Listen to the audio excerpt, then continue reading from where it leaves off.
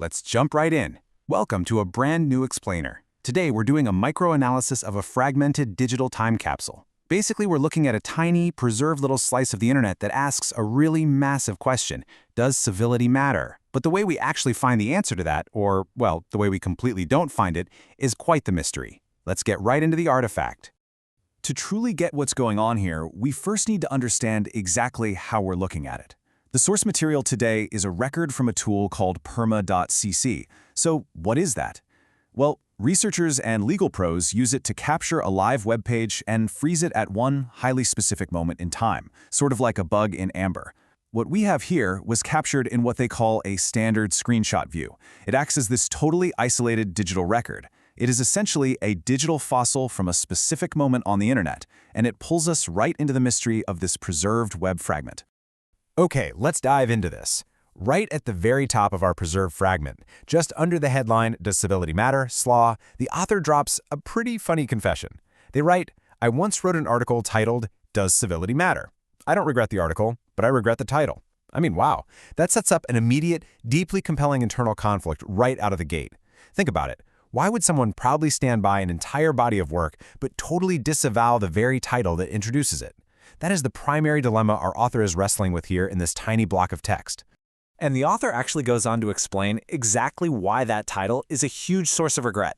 You see, when you just throw the question out there, does civility matter? It accidentally creates a very specific perception. It kind of suggests to the reader that the author might actually oppose civility. But in reality, their nuanced stance is the exact opposite.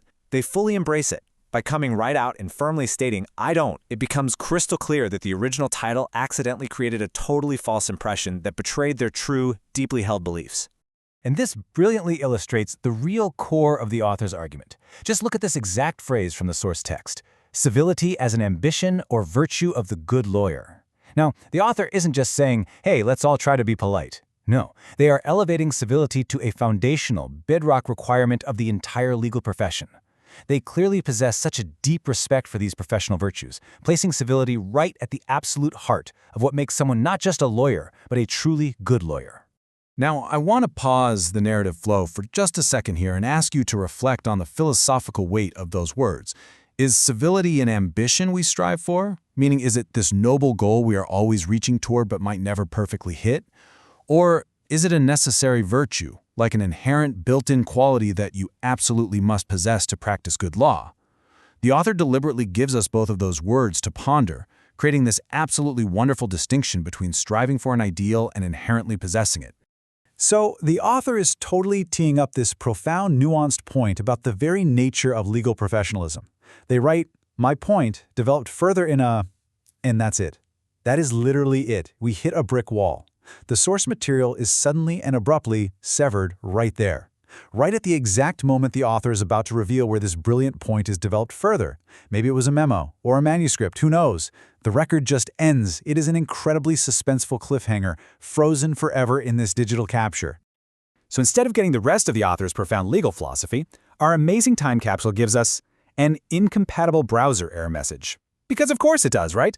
The text just immediately shifts gears, warning the user that the page was flagged, and barking out instructions to please update your browser to visit this permalink. Then, the metadata just formally lists out that perma.cc has been tested with the latest versions of Google Chrome, Mozilla Firefox, Apple Safari, and Microsoft Edge. It is wild. We transition instantly from this high-level discussion on professional ethics straight into the cold, hard, technical reality of web browsing. It completely highlights the fragile, totally unpredictable nature of digital preservation.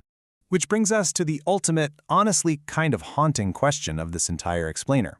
When a highly nuanced, carefully constructed argument about the ethics of being a good lawyer is literally severed and silenced by an incompatible browser message, what other great ideas and profound thoughts are lost to digital decay?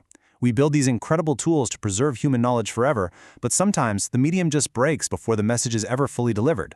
What else are we losing right now simply because a system failed to load?